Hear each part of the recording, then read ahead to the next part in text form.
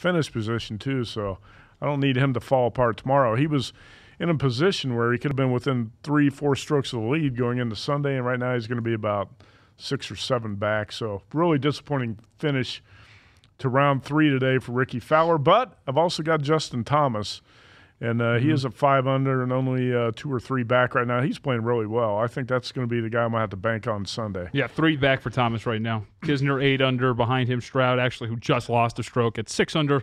Matsuyama tied with Stroud, at 6 under as well. And then Matt's guy, Thomas, 5 under, along with Louis Oosthuizen as well. Check out the leaderboard here, VSiN.com. But also the odds going into the first round. So this was the very odds that closed before the first round to win the entire thing at the start of the tournament. So we still got a couple dogs in the fight tomorrow. Yeah. You've got Hideki Matsuyama. I said I got a small ticket on him as well. And he didn't play well today at all, but he's still only 2 strokes back, and that's got to make you feel good about tomorrow because this is a guy who last Sunday fired a 61. Just destroyed to win the Bridgestone going away. And let's go even further back because you go to the U.S. Open on Sunday, and he put some serious heat on Brooks Koepka down the stretch. He played really well on Sunday on the back 9. So we know Hideki Matsuyama can handle the pressure tomorrow. Yes, and closed at 10-1 prior to the first round. Could have got him at 12, even 15-1 at some point. Let's take a look at West Coast baseball, Matt. We start in Texas, not exactly the West Coast, but it's late for us. Starts about 5 o'clock. Mike Fiers taking on one Tyson Ross. Ross will be making his first start off of the disabled list. Had a few starts in AAA, and he's actually 1-1, about a 2.31 ERA in those starts, so performed well in his rehab stints. Fiers actually has the most innings pitched by an Astros pitcher. He's been the one guy that can actually stay in the rotation. Stros, small price here on the road, -116. Ross and the Rangers, +106. Awfully tough to back the Astros right now. And, yes. It's baseball. Teams get streaky, and right now the Astros are streaking in the wrong direction. They are 2-8 in August. That's the second worst record in Major League Baseball. Got swept by the White Sox. Swept by the White Sox? Yes. That seems impossible. I know. But it happened, and that was at big prices as well. So the Astros have been money burners here for the past week. I'm not going to back them tonight, even though I understand what you're saying about Mike Fiers. Just consistency doesn't always necessarily mean greatness either. Exactly, but it's a team just not playing well right now. I need to see the Astros snap out of it a little bit. Alex Bregman is doing his part. He's got a 13-game hit streak for the Astros. And they're getting healthy, too. They got George Springer back. So they'll be okay. Yeah, they're going to be okay. They get these guys. They get Correa and Springer back and get everybody back in the lineup. But I still think their starting pitching just doesn't have the quality and the depth. And they didn't make the move they should have made at the trade deadline. I don't think the Astros are going to be in the World Series. I don't see them as a team that's going to win the big postseason series they need to because they just don't have the starting pitching depth. They don't have the elite guys at the top of their rotation. Dallas Keuchel can be that guy, but what do they have behind Keuchel? A lot of question marks. McCullers completely fallen off since his awesome May. We've talked about that at length here in the Green Zone. So it's funny you bring that up. I'll throw you guys for a curveball behind the glass. That prop, Dodgers versus the field. Now, I thought this was intriguing, and it was along the same lines of Gil Alexander on this one. I liked the field, wanted to see if the price would drop. It already dropped a little bit here. Field down to -160. I like the field. Yes, I do as well, and we talked about this a lot. You can't figure out baseball in the postseason. It's crazy. Short series. Yep. And your ace might only go 2 games. At the moment, Clayton Kershaw has a bad first start. The Dodgers are in trouble. Dodgers can win 117 games or whatever if they could easily get knocked out in the first round. Exactly. They go 0-2 in the first round. It's done. Everybody thought that Seattle Mariners team in 2000 was phenomenal, won 116 games, didn't even make it to the World Series. And we talked about the Giants. They won the World Series in 2010, 12, and 14. Nobody was picking the Giants to win the World Series those years, really. So to say you're going to see an Astros-Dodgers matchup in October, I would bet the field there. I think 160 is a decent price. If that dropped a little bit, I'd play it. I think it will. We've played this game with the Mayweather price, right? Well, get to 5. I'm thinking this one gets down to like 55 or 50 at the least. You know what I mean? For this price of the field, -150. If it does get that low, I'm definitely in on that. I like the field as well. Next game up on the slate, Chicago Cubs. They're at Chase Field, taking on the Arizona Diamondbacks. One Patrick Corbin will be on his home hill, taking on said Cubbies. Last 3 starts, 2 out of the 3 have been solid, but the one prior to this against the Cubs at Wrigley, when 3 innings, allowed 10 hits, 8 runs, 7 of them earned for Pat Corbin, 3 dongs for the Cubbies in that contest. And he's taking on a guy in John Lester who's been pitching relatively solid in his last 5 starts. Last 2, 3 earned runs, but then after that, 2, 2, and 1 has been very, very solid and consistent for the Chicago Cubs as of late. Yeah, I did lean to the Cubs a little bit here. We've seen this price drop, too, because the Cubs were bigger favorites last night. Lester against Corbin's a good matchup. Lester in better form. 3-0. 3.03 ERA past 5 starts, 32 innings, allowed only 4 home runs there. Corbin allowed 6 home runs his past 27 innings over 5 starts with an ERA close to 5 and a whip of 1.68. You got the D-backs who have lost 3 straight and 5 of their past 6, not playing real well. The Cubs have had a rough time on the West Coast this year. Got swept early in a trip to L.A. against the Dodgers and at Petco against the Padres. Dropped 2 of 3 against the Giants, but they did get the win last night. Kyle Schwarber homered. Maybe the Cubs feeling a little bit better about themselves last night. The D-backs just sliding a little bit here. Like I said, they have lost 5 of their past 6. Not playing. They're not a dominant home team like they were in the first half. It's amazing. We saw this right before the All-Star break with the Dodgers. It's amazing how a series with the Dodgers can cool you off immediately. They were playing really well going into that series. They took to the Kansas City Royals, too, exactly. Right before the All-Star break. The Dodgers got to take 1 of that series, and then that was it. And they haven't really been playing well as of late. By the way, real quick before we get to the next one, we'll set the number. Is this too high? 2 stolen bases for the Arizona Diamondbacks tonight against Lester. Over or under? Where are you going? Would take the under because I think 3 is unlikely. Okay, there you go. Book it. Okay, Sean Manaea, we've talked about him. Actually, one of the plays of the day, spread it out plays for Matt Humans. This game was Dylan Bundy takes the hill for Baltimore. Orioles minus 115 against Manaea and the A's at home plus 105. And you mentioned this with Manaea, seems to be tuckering out a little bit here down the stretch. His last 3 starts, actually last 4 starts, giving up 5 earned runs in 2 of them, or excuse me, 1 of them, 4 or more in 2 of them, 3 in the contest against Toronto. Looks like he's wearing out a little bit. Look at that trend on VSiN.com right now. The over 6-0 in Sean Manaea's past 6 starts, and he is 2-5, or Oakland's 2-5 in his past 7 starts. And this was a guy I was looking to bet for a long while. I saw him get roughed up in a game at Seattle, and I listened to the A's commentators, and I thought they were making a good point that he may be hitting the wall, and he may be tired because he hadn't pitched this many high-stress innings before in his career, and I think we've seen that in recent starts. I don't understand why teams, whether it's a GM who has to make the call or the manager, whatever, sit the guy out a start. The A's are not playing for anything right now, right? Of course. What are the A's playing for? Nothing. You got a young pitcher. Matt. Take care of the young pitcher. Sit him out a start. There's no reason to run this guy out there every 5 days when he's getting hit this hard. And now after I say all that, he'll probably throw like 8 one-hit innings. 8 innings of 1-hit ball tonight. But Double birds to the camera from Matt Humans on the way out. Sean Manaea has not been the same guy, and I like him a lot. I think he's going to be a future All-Star for the A's, and I don't think I'm overstating that. He has allowed 6 home runs in his past 4 starts. In his previous 17 starts, he allowed 8 home runs. That's just evidence he's leaving the ball up in the strike zone, and hitters are zeroing in on Manaea like they could not do early in the season. Dylan Bundy, 2-0, ERA of 120 in his past 2 starts, pitching some of the best baseball we've seen out of Dylan Bundy. So I do like Baltimore a little bit in this game. All right, the 2-6-10 Pacific time starts for these last 2 contests. We'll save the best for last, so we'll start with the Padres and the Dodgers, who Padres will send out one Julius Chassin, who had actually been pitching lights out before his last outing, but the Dodgers will send out one Hyunjin Ryu to get the start to oppose Chassin. Ryu has been awesome since about June 6th or 17th, hasn't given up more than 2 earned runs since then in those starts. And it's funny, we talked about this last time. You could qualify him, as Matt did last weekend, as the weakest link of this pitching staff, and he's been awesome as of late. 265 price tag on the Dodgers against the Padres. We got a win last night over the Dodgers. That was a big win for the Padres, actually. Just a team trying to build something to believe they can go toe-to-toe with a powerhouse like the Dodgers and win that game last night and hold on to it in the late innings when the Dodgers have had a habit all season for pulling a rabbit out of the hat in the 8th or 9th innings. Last night, I thought or going into this game tonight with Ryu on the mound, I did say that about him last Sunday, kind of the weak link of this rotation. He went out and he shut down the Mets. He's thrown 7 scoreless innings in each of his past 2 starts.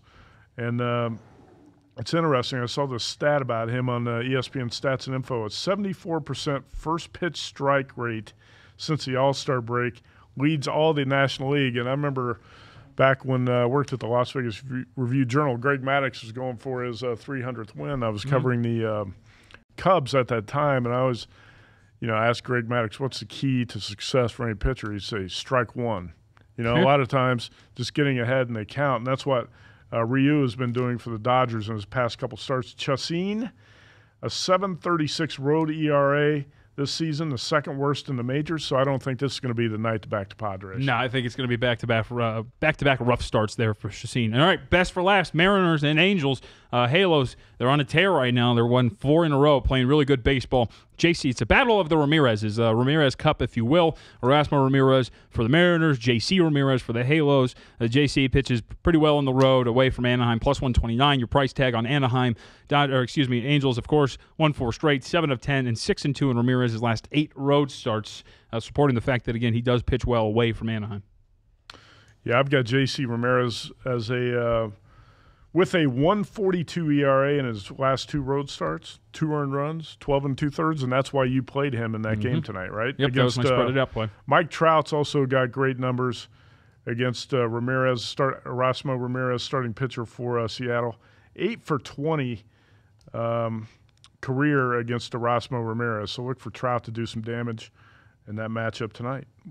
You've got plus money on the Angels, who are – would you really thought the Angels would be 59 and 58 at this point in the season with Mike Trout missing 39 games? Yeah, I don't think so at all. The second he went out, that's it. It's over. But the bullpen, Right. which surprisingly hasn't been that amazing lately, but the bullpen was solid for them during that stretch, and the offense just produced without Mike Trout in the lineup. So it's a good team, and it also goes back to the argument starting to pop up of Mike Trout as MVP. Don't think you can do it because they played so well without him. All right, you missed 39 games, and the team goes 19 and 20 without you.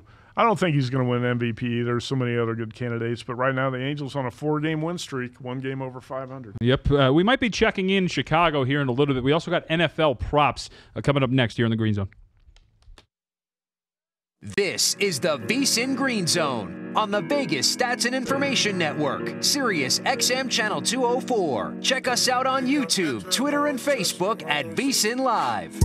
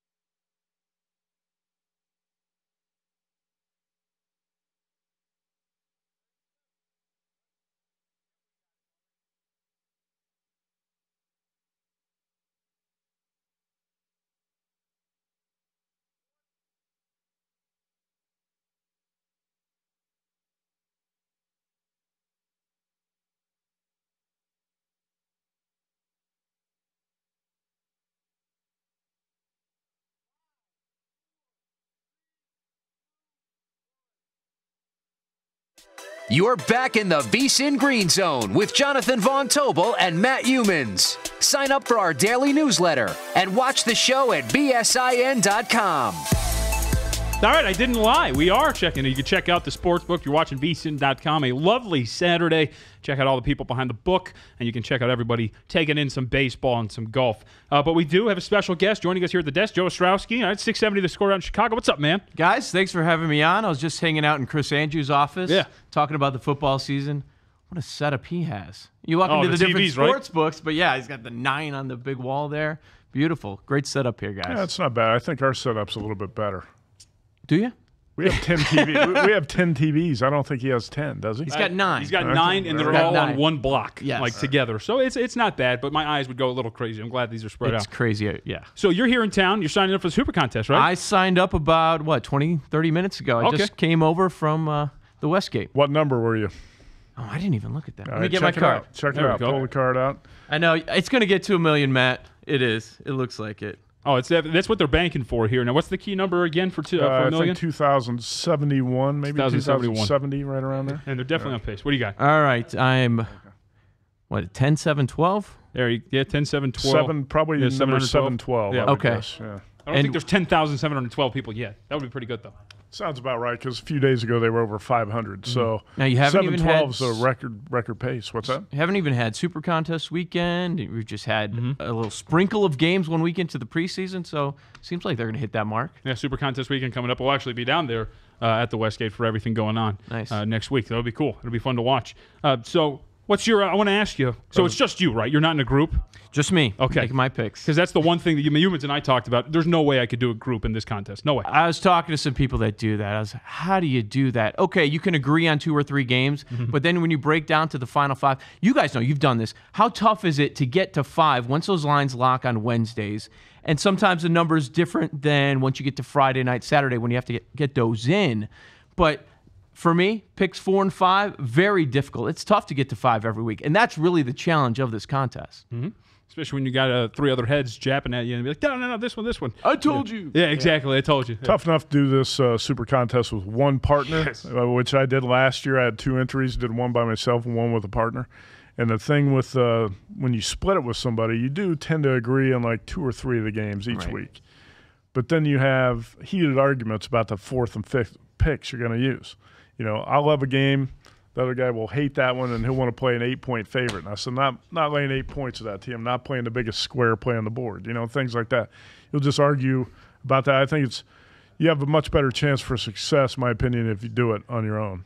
This will be my 3rd year. Okay. So in my first year, I'm in the money going into week 17.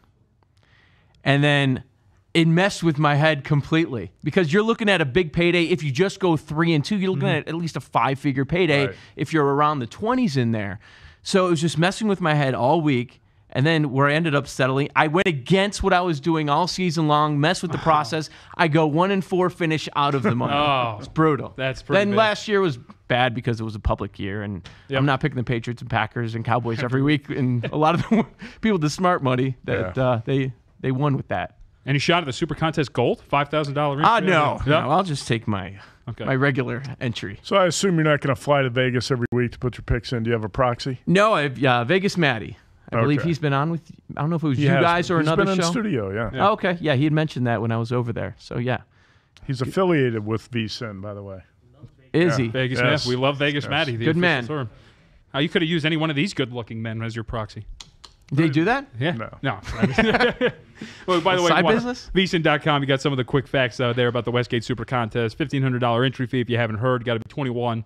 Pick 5 pro games. As Joe mentioned, prize money based on the number of entries, less than $120 admin fee, blah, blah, blah, blah, blah. You get all of that. Now, I have told Matt I'm going to enter next year, save up the cash, and then when I win, I will enter Super Contest Gold the following year. So you're not getting in? No, not this year. Not this year. Can't do this year. He's broke. I'm broke. He's making $20 bets with guys behind the glass. Exactly. Really is. But that changes next year. Local radio doesn't pay that much, which is where I was prior to this. All right, let's talk about the Chicago Bears. Where I wanted to go next. Mitchell Trubisky. The local tie-in. Obviously, a lot of overreactions to his first preseason game against the Broncos. Did look good. How about Mike Glennon throws a pick 6 right off the bat? Do you think if we see something similar, let's say Glennon's unimpressive, Trubisky looks sharp again against the Arizona Cardinals this week, that we might see Trubisky in week 1 starting for the Bears and just scrap this Glennon plan? As bad of a start as possible for Glennon, as good of a start as possible for Trubisky, even though he was going just mostly the second half. And the last drive of the first half, too, where led the team down for a touchdown. Nope, that is not the plan. Unless there's some sort of an injury, that is not the plan. Going into that first game, Trubisky was 3rd on the depth chart. Now, they've got to bump him up to 2nd. I mean, this Sanchez thing, it's just a waste of everybody's time. They want to protect him. They want him to sit most of the year. But those plans by NFL coaches don't usually work out once you get into a season and injuries start happening. You have good play, bad play. Glennon's going to be the quarterback in week 1, barring injury. Now, I don't think that's going to be the case the entire season, though. Maybe for 1 month. It's going to be a rough start. Say the Bears, first half of the schedule's horrible. If it is tough. If the Bears start 1-3, which is quite likely. possible. Or 0-4. Yeah, or 0-4. How do you not make a quarterback switch at that point? You're going to have to. You have to. Now, the O-line, you don't really worry about that because the protection should be fine. So the run game should be strong as long as Jordan Howard's healthy. Howard, yeah, a lot of people do. Now, once you get to the receivers, there's a lot of issues. Let's just throw money at a bunch of veterans that are pretty much over the hill. Victor Cruz, Marcus Sweeten, Kevin White has been a bust. These are the receivers that he's working with, so the ceiling is a little limited there. But hey, you have to give it to the Bears. They took a ton of criticism for giving up a couple of third-round picks, moving up to number 2. They identified what they felt was the best quarterback in the draft. They went and got him. If he's horrible, Ryan Pace gets fired probably, right? Along with the bust of Kevin White. Probably. John Fox, this might be his last year either way. Now, I still think they're going to be last place in the NFC North, but you do see some light at the end of the tunnel with some of the younger players they've been bringing in. So I thought there was a couple things that you did like about Trubisky, not overreact, but in terms of the release, the quickness, the athleticism. Those are things you can build on with him down the road. Absolutely. And the big thing about what he did at North Carolina, even though he's a guy that only started 13 games in college, and that was a big concern about him making that jump to the next level, was the accuracy. Just off the charts, one of the top guys, and you saw it the other night. And, yeah, he wasn't going against Chris Harris, who returned a pick 6 the other way, going up against Mike Glennon, but you want to see more of him. That's what you're going to get coming up, but I just don't see a scenario, unless we're talking about Glennon injury, where he's starting week 1. I tend to agree with you. I think Glennon's going to be a sacrificial lamb in the first month because Bears open against the Falcons at home, at Tampa Bay, Pittsburgh, and Green Bay. So you 1-3, you're 0-4. It's easy to make a quarterback switch at that point. Yep, that's exactly how I think it's going to go. And I know they've been talking about sitting him for an entire season, but I just don't see it because they're going to struggle out of the gates. Right. Now, defensively, their front 7 is good. As long as we go back to health all the time. Pernell McPhee is on the PUP list. Not great news. But if the rest of those guys, if you see Leonard Floyd make strides in his second year, another guy they moved up to take in the first round a year ago, putting some pressure on the quarterback. Their front 7's strong. Vic Fangio, defensive coordinator, one of the better ones in the league. Problem? Secondary. Prince Amukamara is your number 1 corner. It's going to be an issue. They never have a safety. So Will Demps is brought in. He's going to be a starting safety as well. So a lot of issues, as always, in the secondary, but there are some positive things going on. All right, how about the rest of the NFC North? What do you Minnesota last year, 5-0, and then after the bye week just fell apart. Yeah. What do you see from the Packers, who had to win, I think, 6 in a row to get to 10-6, right? They had Aaron Rodgers had that rough start, Yeah, they had to win 6 straight to get to 10 wins. What are your expectations for the Packers and Vikings? Yeah, the Packers I expect to win the division running away. I think we'll see a repeat of the start with Aaron Rodgers of a year ago. Vikings are interesting because they just didn't have anything offensively. The quarterback, after a while with Sam Bradford, was an issue throughout the year. But that defense, especially at home, they could shut anybody down. So that's a concern. They could jump up and win the division. I don't see it. Going back to the Bears conversation, and I bring them into it because there's a possibility that they could move into 3rd place and the Lions could move back a little bit. We'll see how they go this year, but there's a chance where the Bears can be 3rd best and the Lions fall back a spot. That's something to rally around. Right? Yeah, it's something to look forward to. Have you watched the last couple of years with John Fox? His numbers, his record, he's going to go down numbers-wise. Not saying he is because of his lack of talent, but numbers, his record is going to go down as one of the worst Bears coaches of all time with Abe Gibron. Yeah. Oh, and he had Adam Gase at his side, which helped out a lot. Now he doesn't have him, and it's not going to be really going well. Again, this voice of Joe Ostrowski, host over at 670 The Score in Chicago. You got time for one more? Because we got to get some Cubs talk, too, if you can. Oh, let's do it. All right, we're going to take a break, come back. We're going to find out what's going on in the National League and what's going on with that really tight division race with the Cubs. This is the VSiN Green Zone on the Vegas Stats and Information Network, Sirius XM Channel 204. Check us out on YouTube, Twitter, and Facebook at VSiNLive.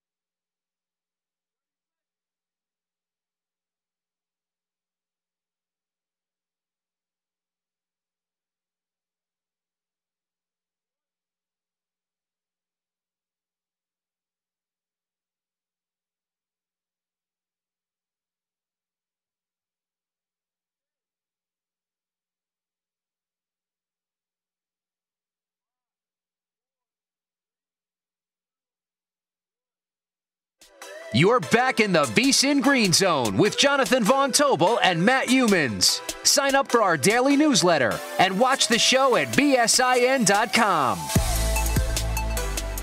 Not going well for me today. As you check out VSiN.com, you see all the wonderful people in the sports book. Hideki Matsuyama shot 2 over for his third round, and it looks like the New York Jets are already off to a rousing start against the Tennessee Titans. And by the way, Joe Ostrowski joining us, 6-7 The Score, all the way from Chicago out here in town. Signed up for the Super Contest. How much of the golf did you take in today? I know you were traveling, doing lots of stuff. A little bit. I've just checked in as much as I could because I'm on Justin Thomas at 40-1, and he's hanging around the leaderboard, still within striking distance, so happy to see that. But didn't see a ton. Yeah, well, you definitely, because Kisner definitely collapsed down the stretch. He had a double bogey on 16, then bogey at 18, take him down to 7 under. As you mentioned, Thomas 5 under, and then Matsuyama Stroud both right there at 6 under. So we got a tight tournament, Matt, going into the final round. That's going to be exciting tomorrow. We talked to Nick Bogdanovich, William Hill Sportsbooks.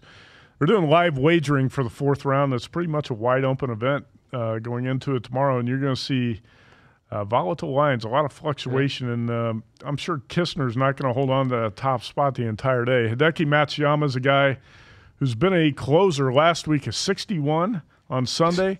He was great on the back nine at the U.S. Open, put a lot of pressure on Brooks Koepka down the stretch. Justin Thomas, watch out for him. I actually have a ticket on him at 40-1, so that's a guy I got to bank on. I need JT tomorrow. And it's too bad that Ricky Fowler had to crap his pants on the last 3 holes and drop 4 strokes because he was right there. At one point, Fowler was 5 under. That's brutal, man. Now he's 1 under, basically shot himself out of contention. I don't understand how that could happen on the last three. He missed a 2-foot putt on the 18th. That usually happens on Sunday with Ricky. Yeah, that's right. what usually happens. Day So early. Rory nowhere to be seen near the top, huh? No, 4 over, I think, was his score going into tomorrow. So, yeah, not a great one for Rory. Just when you thought he was getting back in form as well. It's his course. Yep. Kevin Kistner, by the way, 80-1 on Thursday pre-tournament odds. So be a nice ticket for some people to cash on Kistner. He's a great ball striker. His fairways and greens been really consistent, but we saw him find the water and drop 3 strokes down the stretch. He was at 10 under. Now it's 7 under. Yep. A couple golfers found the water down the stretch, so it was rough to watch. So we got the Chicago expert here. Let's go to the NL Central. So Chicago Cubs right now, 60-54, just a game ahead of the St. Louis Cardinals, 60-56, who've been red hot. It's insane. And then Brewers right there, 59-59. They've fallen off in the second half. Tonight, taking on the Dodgers, D-backs, different team, same division. Pat Corbin on the mound for the D-backs. So we'll ask you here. It looks like, in my opinion, I think the Brewers are falling off here. I don't know if they're going to get back in this. Cardinals, though, obviously they've won, 7 in a row now. So what are we looking at with this division? Are you still looking at the Cubs or Cardinals? Can they keep this up? If I had to bet on a team, I would take the Cubs, but you're not going to get any odds that way. Yeah. The concern is not the Brewers. The Brewers have done what we expected. Now, not to take anything away from that team, what they've accomplished this year, it seems like they are ahead of where they thought they were as far as their plan of a rebuild goes. My concern was always the Cardinals because they have the pitching. Mm-hmm. You look at their 5 starters, and they're just as good as the Cubs, if not better. They have, 4 starters with a sub-4 ERA? And it still comes down to that a lot of the time. And even though there wasn't a lot of talk in Chicago about the Cardinals because they were below the Brewers, it was all about the Brewers catching the Brewers. But no, they're the team to worry about. Now, I still think the Cubs win the division, even though Wilson Contreras goes down the other day. And that was a big one. That guy, since the start of the second half, and you can make the argument for the entire season, he's been the MVP of the team. Because Chris Bryant and Anthony Rizzo have not repeated what they were a season ago. And to step in and work with this veteran rotation, it's a rotation filled with guys that just give up stolen bases consistently. They don't hold runners on, very slow to the plate. Arrieta and Lester and Lackey. Contreras has been phenomenal, and in the second half, he stepped up and been their cleanup hitter. So that injury really hurts. I still think the Cubs win the division, but then you get to the NLDS, we're talking about the Nationals, and then good luck against probably the Dodgers. Well, that's what makes that trade with the Tigers so important. The Cubs pick up a catcher, Avila, who helps patch that hole with Contreras out, because you're right, Contreras has been phenomenal. It would be tough to replace him. Cardinals have scored 8 or more runs in their past 6 games. I agree with what you said about the pitching. I've always felt like the Cardinals were a threat. And before the season, I actually thought the Cardinals were going to push the Cubs to the limit in this division. Didn't play like we expected in the first half, but now they are 8-2 in their past 10, won 7 straight. Dexter Fowler, I thought, was a key. I really believed, I don't know what you thought about it, but I thought the Cubs were really going to miss that guy this year. He got off to a slow start, but lately he's played better. I think he can be maybe a difference maker for the Cardinals down the stretch here. I wouldn't be surprised if the Cardinals win the division. Wow. I mean, they got the best run differential in the division, too. I mean, they're No, not I know. Fowler didn't get off to a great start, and he settled in over in St. Louis, and it was tough to get rid of. That team loves that guy. He started off Game 7 of the World Series with the home run. He was a catalyst on that team. And what has been one of the biggest issues with that lineup? Where do we start? Spot. Where do we start? Yeah. Because once you have that settled in, the rest is easier to figure out. And Joe Maddon's a guy that loves to play all the different matchups, and that's fine. But, yeah, at the start, you don't even know where to go. So that's been an issue, and they're still switching it up a lot. You see Zobrist, sometimes John Jay. Once in a great while, Albert Almora is up there. But it's been all over the map. Way too many different leadoff hitters for the Cubs this season. And no consistency. And I really felt like early in the season screwed up Kyle Schwarber by putting him in the leadoff spot. It did. Who knows if it did, but that was my theory. Why have the Cubs not been better? And we got to wrap it up. We're going to hit the up against the clock here. 29-26 at Wrigley. Why have they not been better at home this season? Yeah, that's interesting. I just look at them. They've been a mediocre team everywhere they've played, and we were talking about the Cardinals, and they're winning because of their starting pitching. Now, the offense has popped recently, and that's been a big part of their winning streak. But how the Cubs go, the starting pitching goes, and that's really the bottom line. You add Quintana, and that was big. But I think they really added him more for the next couple of years and not so much for this run this year, so they could have him as one of the 3 starters along with Hendricks and Lester moving forward. But it's been all about the pitching. When the Cubs are winning, they're pitching well. The bullpen has been pretty solid throughout the season. Actually, it's been the best part of the team. But it goes down to the stars not playing like stars and then more consistency from the starting pitching. So we got about 50 seconds left here. Anything going on at 670 you want to inform the people about? Or anything you got going on besides the Super Contest? Yeah. I mentioned we were just in the back talking to Chris Andrews for my podcast, Chicken Dinner. You could find that on my Twitter feed, @Joe0670. You mentioned with Nick from Will Hill. We were over there this morning actually talking to Nick. Great guy. Oh, cool. Had a lot of fun over there. They gave us a tour. Really nice spot, man. It's a lot going on. Can I ask you guys a quick question? Yeah, go ahead. We got 20 seconds. Okay, 20 seconds. It's got to be quick. Legal gambling, state-by-state sports betting, good or bad for here? Oh, good. Good. Okay. Good for everybody. I think so. Joe Ostrowski, 670 The Score in Chicago. Thanks for coming by, man. Really appreciate it. Enjoy the trip. Have a safe trip back. We'll be back tomorrow, 2 p.m. Pacific time. Same channel. Brent starts off the day at noon Pacific time. This is the VSiN Green Zone on the Vegas Stats and Information Network, Sirius XM Channel 204. Check us out on YouTube, Twitter, and Facebook at VSiNLive.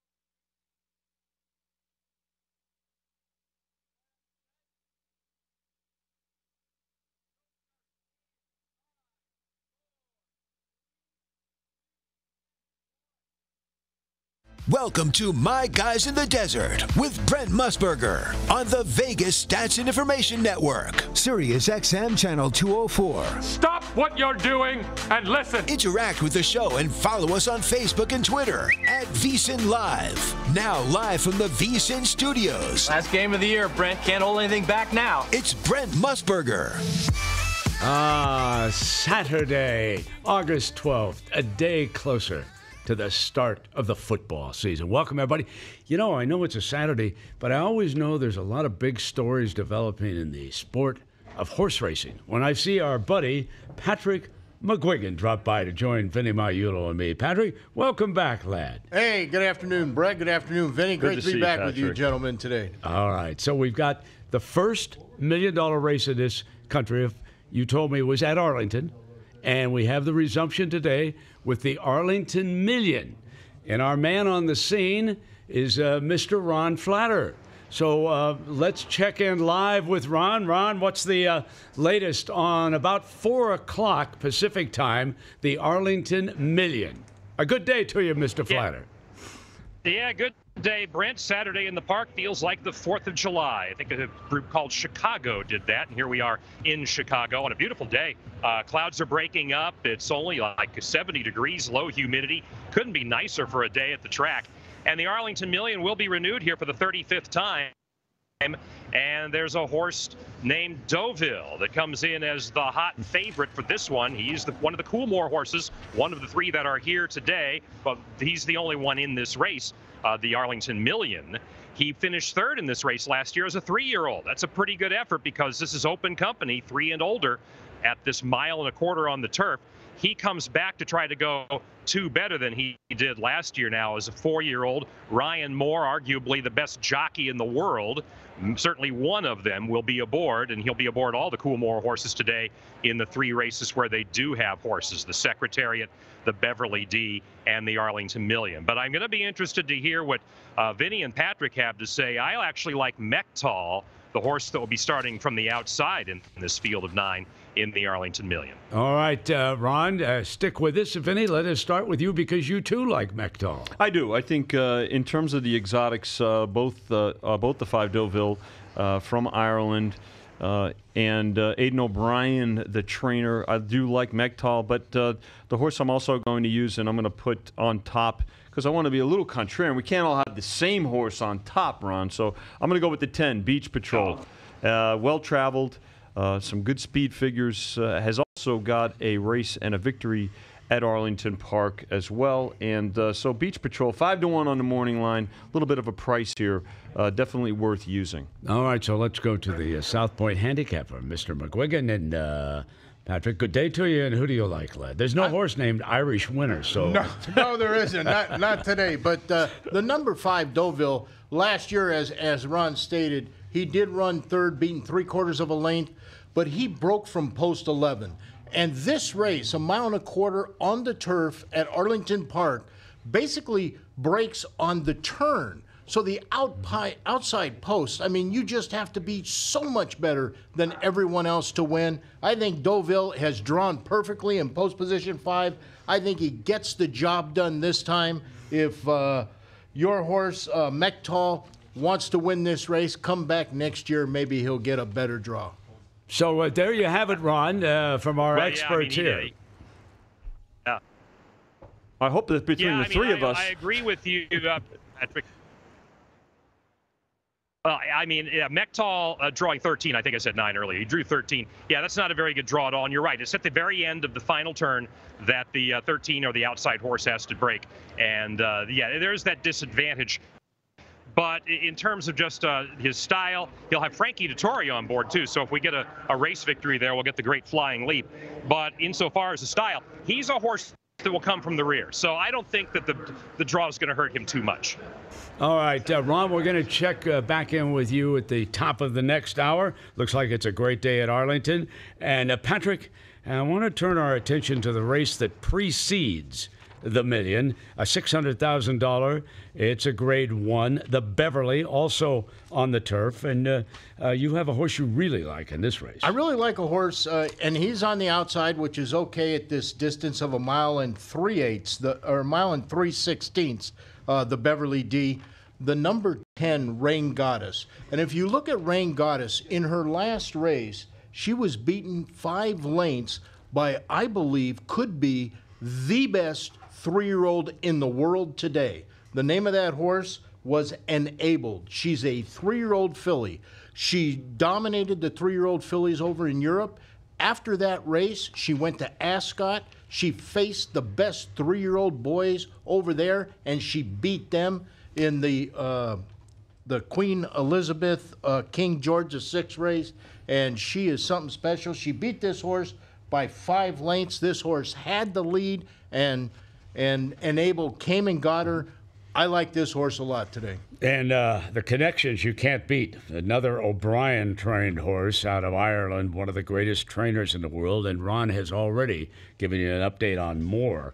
So we could have a double with 2 O'Brien horses. Yeah, no question. Probably the favorite in the next race. Yes, no question, Brent. I think, Patrick, Ron mentioned it's, I think, an important point, and that's about the weather. So clear skies, about in the low 70s.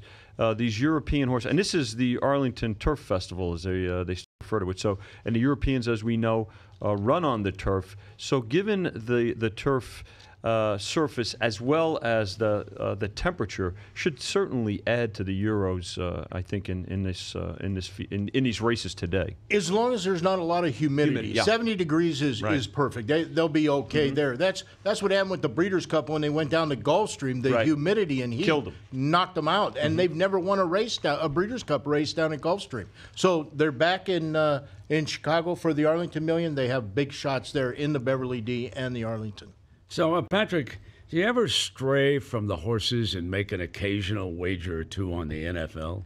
I'm a big Las Vegas Raiders fan, so yes, I do. I had season tickets when they were the Los Angeles Raiders. Well, tonight, of course, they're one of the 6 teams going. We've got 3 games going tonight. The Oakland Raiders open their preseason down in the desert. They play the Arizona Cardinals.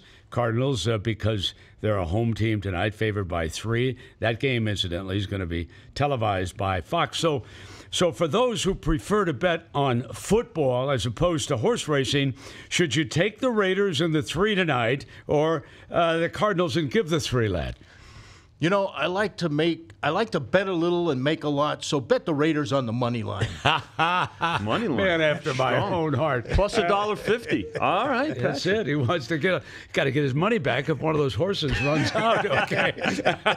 So that's the last. And Vinny, let's start with the first game this afternoon, the Tennessee Titans and the lowly, and I do mean lowly, New York Jets. It's hard to believe that we're talking about a team that's already in rebuild mode, and we haven't even gotten to week 1. But that is, in fact, what I think the Jets situation is. Titans 2.5 on the opener, Brent, and as you can see on this video at VSiN.com, still sitting at 2.5. The total hasn't moved either at 37. The Titans 7-5 on the money line, so that's minus $1.40. That game is a 4:30 start here on the Pacific time zone. And then at 6 o'clock, the Dallas Cowboys, who have been all over the news for the wrong reason, will be playing the Los Angeles Rams at 6:50. I'm assuming that's in the Coliseum. I believe somebody so. will correct me if I'm wrong. I believe so, Brent. And we see the Cowboys here, 2.5 on the opener, still sitting at 2.5. The total on the game, 37.5 on the opener, ticked up to 38.5. Couple of points about this game. And the fact that this game is still on the board, and we'll talk more about the Cowboys as we get further into the show. But the Ezekiel Elliott factor really not in play here in this game, simply because he was not scheduled to play at all, or maybe just as little as a series. So this game was not taken off the board. And as again, we'll talk later, the fact that the Cowboys' Week 1 game of the regular season against the Giants is on hold right now. But we're seeing action on the Cowboys and the Cardinals today, and the reason for that, the angle that the public plays, is that they've already got a game under their belt. So don't forget, they played last week in the Hall of Fame game in Canton. Yeah, and it would be a chance to take a peek at who will pick up the running back load. If Elliott does have to sit out the 6 games or any part thereof, it's under appeal. And if you were following VSiN last night, after a couple of whiskeys and much research, I decided that the penalty might be reduced by 1 game, but he is definitely going to be suspended unless they can offer conclusive proof in this appeal. And remember, the commissioner doesn't have to hear it if he doesn't want to, but if Roger Goodell hears the appeal, he's going to have pretty solid evidence from the Elliott side of this that there was not any abuse of that young woman back in Columbus, Ohio. I know there were no police charges, but there's a lower threshold here when it comes to an NFL investigation. That has absolutely nothing to do with it.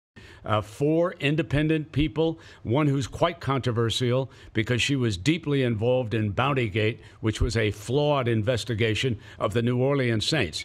But believe me, Elliott is going to have to serve suspension time. He will not be in the season opener against the New York Giants. You can bet on it, and pretty soon the odds will be up. William Hill still has it, Westgate. There are places here in Las Vegas where you can make a bet early on the Dallas-New York Giant game. That's the opening Sunday night game on NBC. Mr. McGuigan, thank you very much, lad. Good luck Good luck with your Raiders money line bet on the preseason tonight, and the horses at Arlington. Thank you, Brent. Thank you, Vinny. I see you at the cashier's window. Love the cashiers. That's right, buddy. All right. My guys in the desert are going to continue live. VSiN.com, Sirius XM 204. It's My Guys in the Desert, only on the Vegas Stats and Information Network, Sirius XM Channel 204.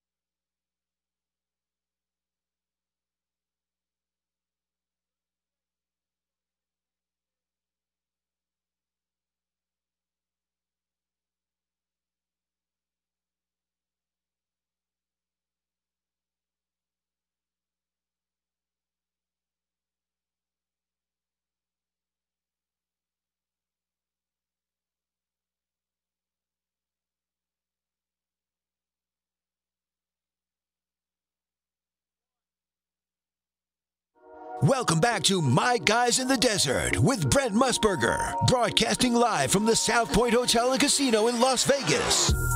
Well, here's a reminder for next week. Join all of us. Vinny and I will certainly be there, but all the VSiN crew will be dropping by the Superbook at the Westgate Casino, and we're going to be there Thursday, Friday, and Saturday of next week. We're going to do our broadcasts out of there. And, of course, that's the grand opening of their Super Contest. I know the windows are open right now, but this is the big party in the golf tournament. And entries for the Super Contest, a reminder, and you have to be here in person to enter the contest. $1,500 if you want to join up. They're counting on a record payoff of $1 million for the first time. There's a new Super Contest goal. If you really think you're one of the elites, because this is a winner-take-all, okay? They're not going to be paying the top 10. This is winner-take-all. That's a $5,000 buy, and that's for all you sharps out there. And Westgate taking bets, and, of course, the big hoopla will be next week. If you want more details, go to vsin.com/supercontest. Now, once the season starts, remember, You bet against a line that is put out on Wednesday. It doesn't fluctuate regardless of public money. We will be putting those odds out here on VSiN every week. Then we will reveal what the most bet games are. And for some of you who are not in the contest but like to bet individual games, you might be you want to take a peek or a listen to that. And then, of course, we'll be giving the standings right here on VSiN. So this is going to be the home for the Super Contest. Next week, join us all at the Westgate. Okay, let's lighten it up a little bit. The two most lovable characters in professional sport may be Ndamukong Suh of the Dolphins and Karl Anthony Towns of the Pelicans. And they got together for a Foot Locker commercial. It's an instant classic. Just take a listen. Foot Locker always comes through. Image is everything. Everyone's so quick to judge. True. With guys like you and me, it's like our reputation precedes us. Once people get a certain impression, that's it. I know what you mean. They create this narrative that we're selfish or difficult or dirty. Are we perfect? Maybe not. Well, who is?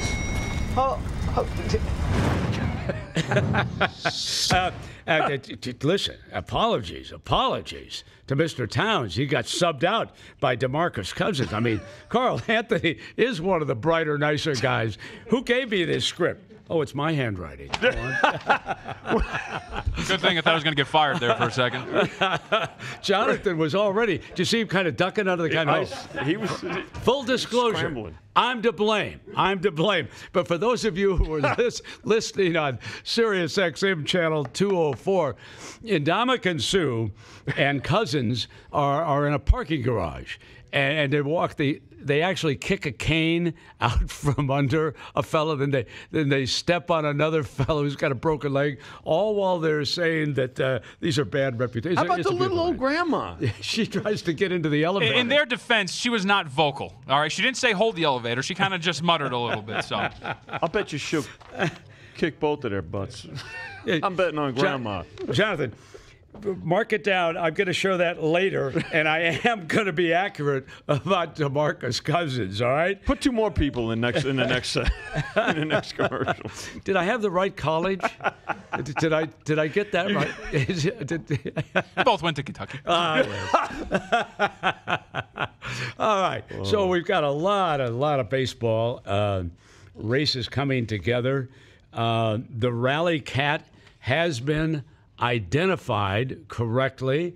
And when, Jonathan, when are they going to put it up for adoption? They're going to keep it quarantined for a while. Yeah, quarantine, I think, is 10 days, I think, is the minimum, and then they can put it up for adoption, and it'll be the most famous cat for adoption. Wait a second. The Cardinals are going to adopt that The cat, Cardinals, right? from what I've read, according to reports, are attempting to adopt said Rally Kitty. They have to. Yeah. I just don't know what you do with it as a team. You keep you them put it out on the them field every time Molina comes to the plate. Absolutely. Anytime they're down, just let it That go. cat's got to be in the dugout. All right, let's go to Major League Baseball, and let's take a look. Let's start with the big series of the weekend, and it's great to see the Red Sox and the Yankees relevant again.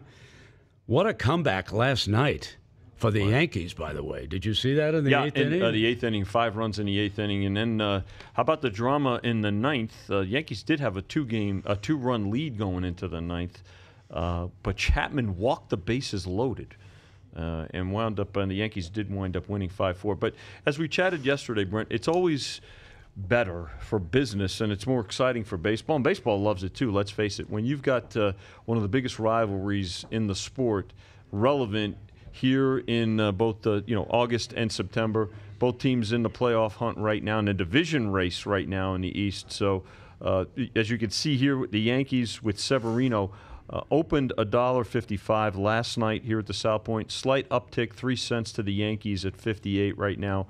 And speaking with Chris Andrews, is going to join us in a little bit. Pretty good two-way action on this game so far. The total on the game opened 8.5.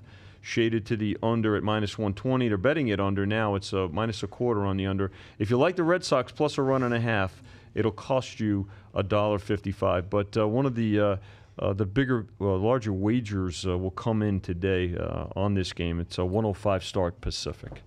It's interesting. The Red Sox have won 8 of their last 10 games, and they are 3 losses. The most important column to look at is not how many games are behind. It's the loss column. Yes. You cannot make those games up. And so the Yankees at 53 and the Red Sox have lost only 59. But how about the Minnesota Twins? Who saw this coming, that they